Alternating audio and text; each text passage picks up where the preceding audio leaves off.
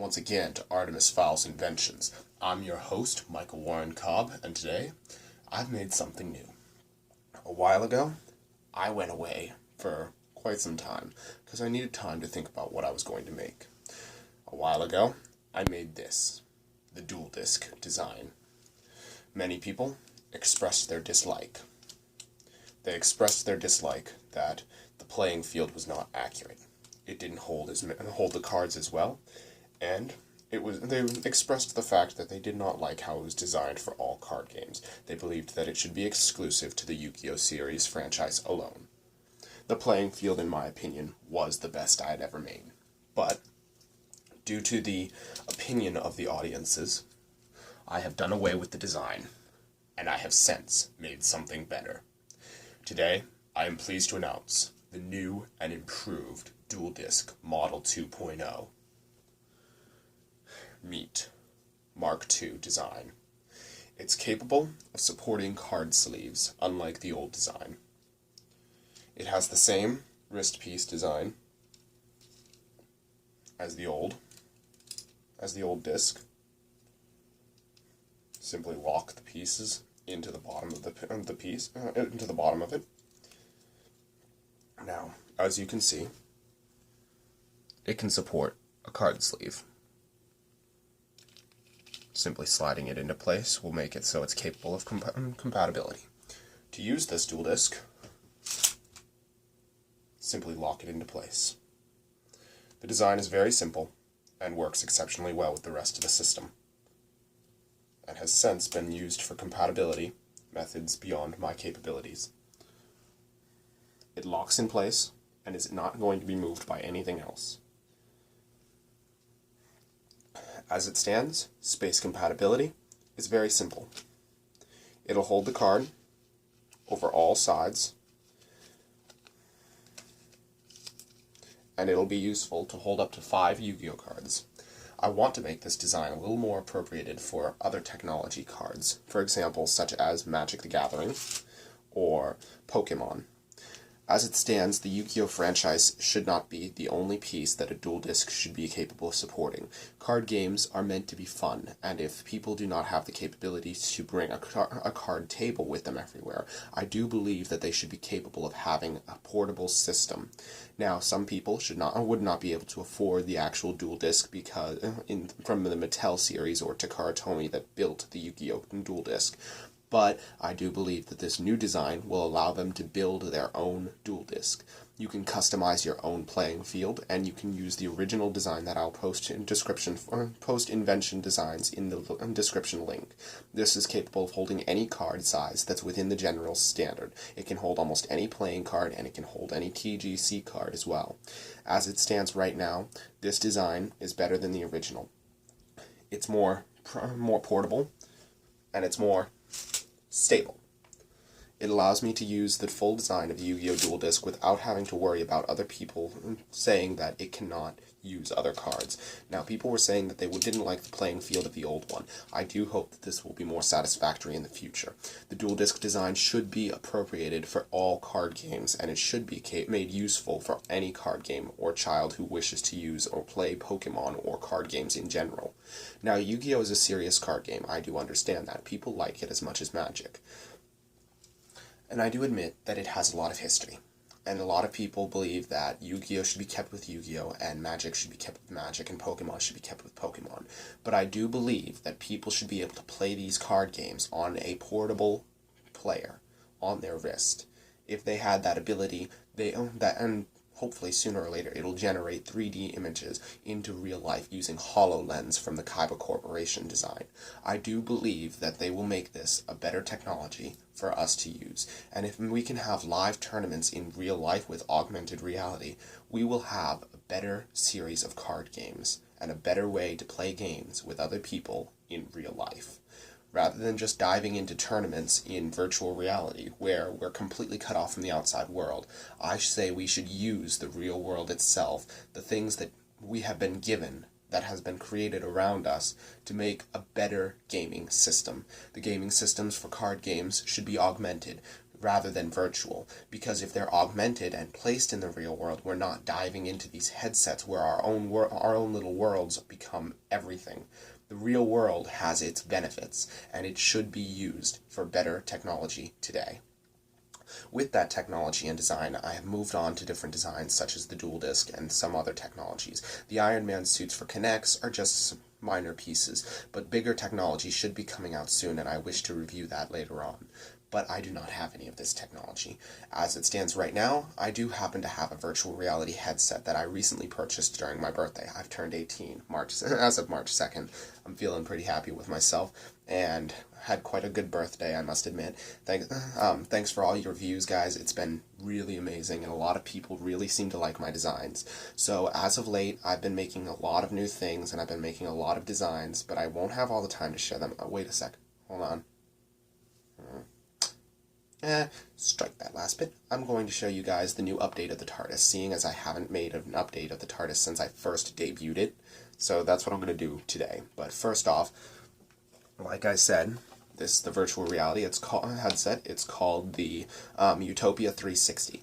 The Utopia 360 allows you to take virtual reality 360-degree videos and post them on YouTube. That's what I'm going to be experimenting with in my next few videos.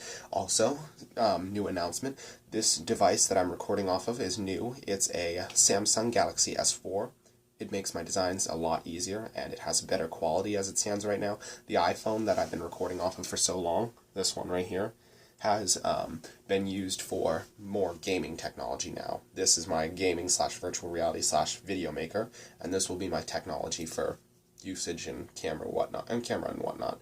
But as it stands, all my suits are still up, all my designs are still here, and I plan to be making a lot more in the near future. So what I'm going to do right now is I'm going to show you guys the TARDIS and what's changed about it since the last update, and I'm going to maybe do a quick scan of the room so you guys can see what's changed, so you guys can actually see the designs that I've built and where they sit today. So, anyway, let's get this started. So, anyway, over here are all the suits throughout the years that I've made. Over there is the Mark II, and there's the Hulkbuster. Over here is the back of the front of the Hulkbuster. I've had some time to change that around, but I haven't really tinkered with it all that much because it's gotten old. But the Iron Man suits I do plan to still update. I plan to make new ones and better ones. So, but now for the moment we've all been waiting for, of course, the TARDIS. This thing's huge. It's the biggest design I've ever built. So, as you can see, there's a lot of change to the top, and there's a circular piece at the center where the light fixture used to be, as well as the light fixture itself. I haven't changed it, but it's gotten so much taller, so I had to actually shrink it down on the light. So to open it, all you gotta do is open it. And yes, John Smith, the door is still open outward simply because I really like keeping it as close to the actual design as possible. And frankly, there wouldn't be enough room to reach the controls if I did, if I made them close inward. So let's go inside. So this right here is the handbrake. This is the throw switch that Matt Smith uses. And over here is the pump handle. Over here is the control panel that I use. It has a liftable up and down piece that goes like this. Then over here's the wobbly snowflake that goes back and forth.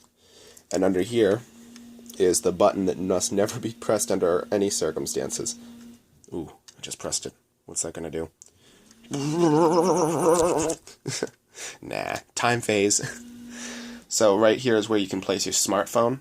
If because I didn't want to put actual monitors in this thing, it'd be too heavy for the walls. So right here is the time rotor, and it makes various sounds. Down here is the actual console that you can open up. But if you, what I'm gonna do here is show you how it actually opens on the inside, because I wanted it to be like a console that actually made it so people could open it up and look inside, rather than just, shall we say, look at it. I want this to be as interactive as possible. Back on Halloween, this thing wasn't that big and it didn't have any controls. So what happens is these pieces get lifted up, and then that's the time rotor. So what happens is, to close it up, you just lock it away. And keep it like that. So, the best part about it is how easy it is to close her up. And then, in here is the easiest part, and the coolest part I have so far. Let's see if I can open it up. There we go.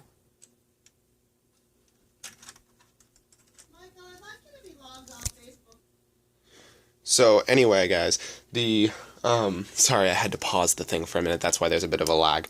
So inside that little box there on this side, sorry, strike that. This side right here is my own handmade sonic screwdriver. Looks a bit like River Song, but mine's a little cooler. I call it the temporal sonic, because it looks more like a mixture between River Song's and Matt Smith's the 11th Doctor sonic screwdriver. Personally, it's my favorite. But then over here, you have another pump handle and another throw switch on the other side. Then right here, you have the inside piece, and right underneath that platform, you have that. My 12th Doctor sonic screwdriver. I really love it because I think the person who made the sonic screwdriver for this version was really kind of good at it. Oh, over here's my sword that hangs up on the wall. It's pretty cool. I like it. So here's a view with the doors open. And then closing up the doors is pretty simple, actually. You just lock the two together, and there are handles on either side here. And I personally like it myself. But so yeah, that's the basic design of the TARDIS, and it's had some pretty big major updates since then. Let me see if I can put the camera down. The last time I tried making this video, the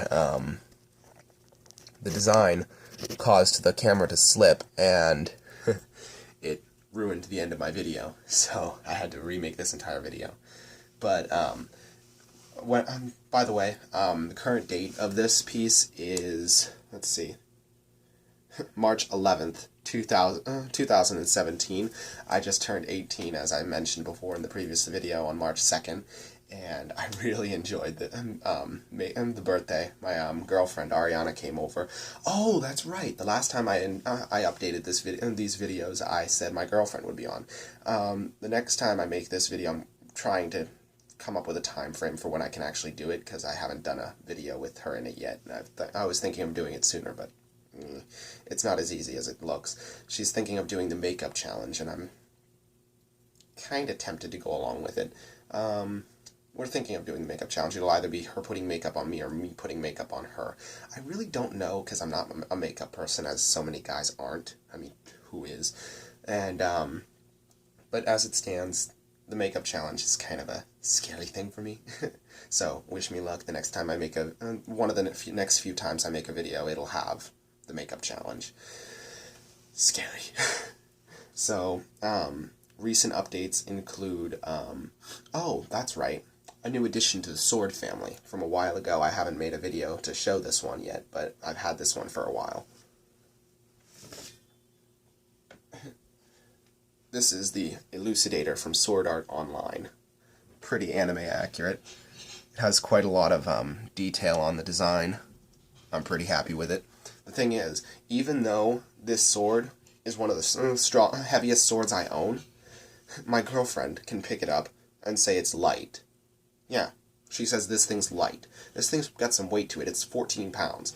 Oh, and by the way, now, you may not believe me when I say it's sharp, and when I do this, without any marks on my hand, it doesn't seem sharp. But in reality, this thing's actually quite sharp. The Elucidator is pretty sharp.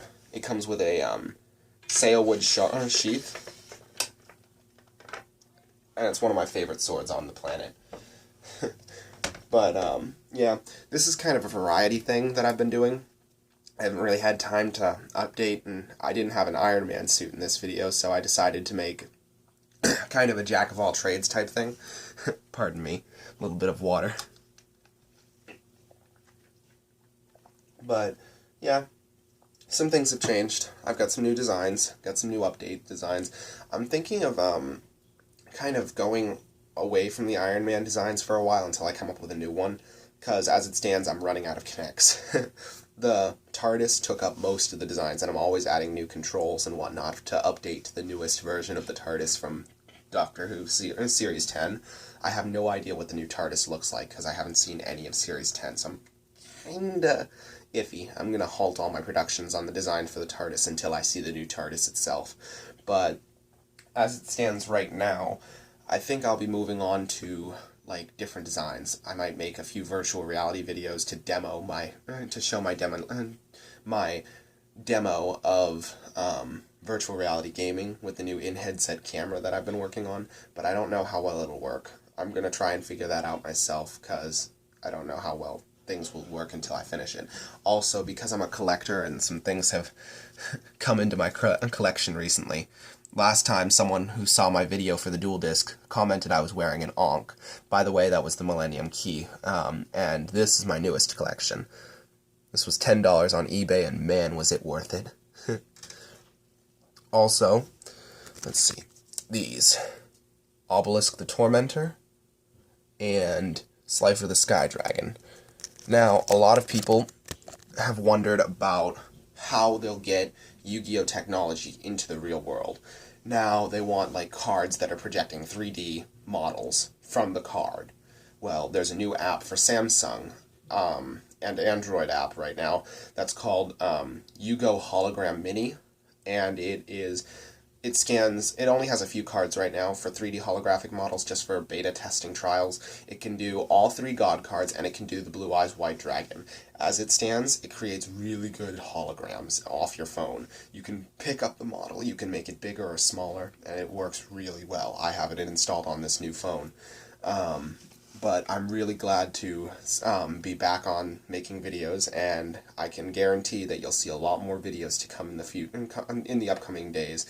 I'm not sure how far apart they'll be in terms of space between the time frames, but I'll be making a lot of videos in the near future based on what I've been doing. A lot of Connects designs, a lot of reviews on toys, a lot of designs, and as it stands right now, the prototype redesign for the Yu-Gi-Oh! Dual Disc Mark II is going to be available in... Whoa! Don't you hate it when you do that? Well, I'm going to have to grab that then first.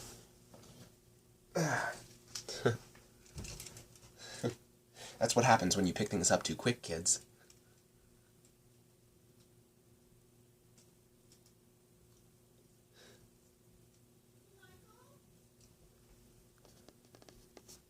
Sorry guys, had to pause it for a second so I wouldn't lose any time while fixing my dual disc. So basically, like I was saying, the design will be appropriatable for all people who want to make this. I'll put the design in the link description.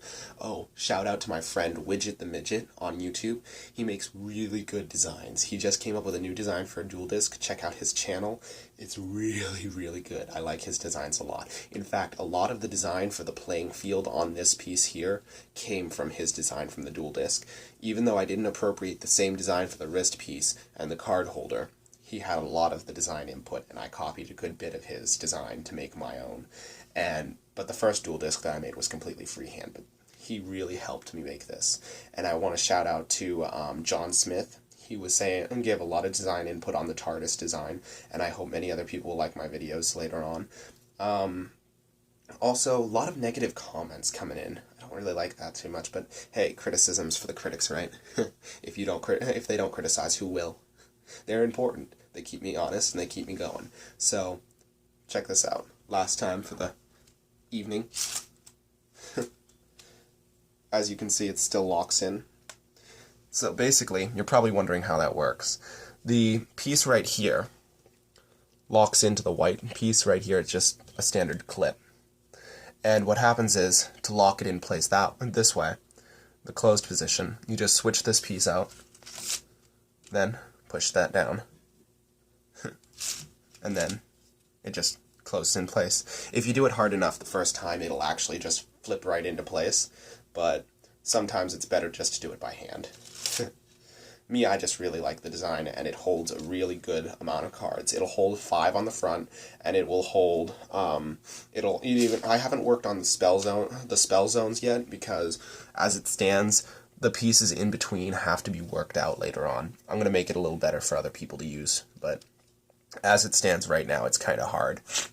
So, I'm glad you guys liked this. I hope you guys like this design, and I hope to see many other comments. And by the way, so as I was saying, the customization for your own dual disc playing field is pretty simplistic to make. I'm gonna show you guys real quick why it's so easy. But basically, this is all that the playing field is. That's it. Tiny, simplistic, really easy to make. But as it stands, this is what my dual disc is comprised of. The wrist piece and the piece here. Other than that, the rest of it, like this, is fully customizable. It's fully capable of using, and you can create any playing field you'd like. And basically, what I'm trying to show to you is a better way to play cards. Not just Yu-Gi-Oh!, not just Pokemon, but any card game you can think of playing. I want to make it fun for everyone. So, thanks guys for watching. See you next time on Artemis, Fowl's Inventions. This is Michael Warren Cobb, signing out. Well, thanks. Oh, one last thing. Thanks again, John Smith, and thanks again, Widget the Midget, for so much help in my designs. This is Michael Cobb, signing out. Peace, guys.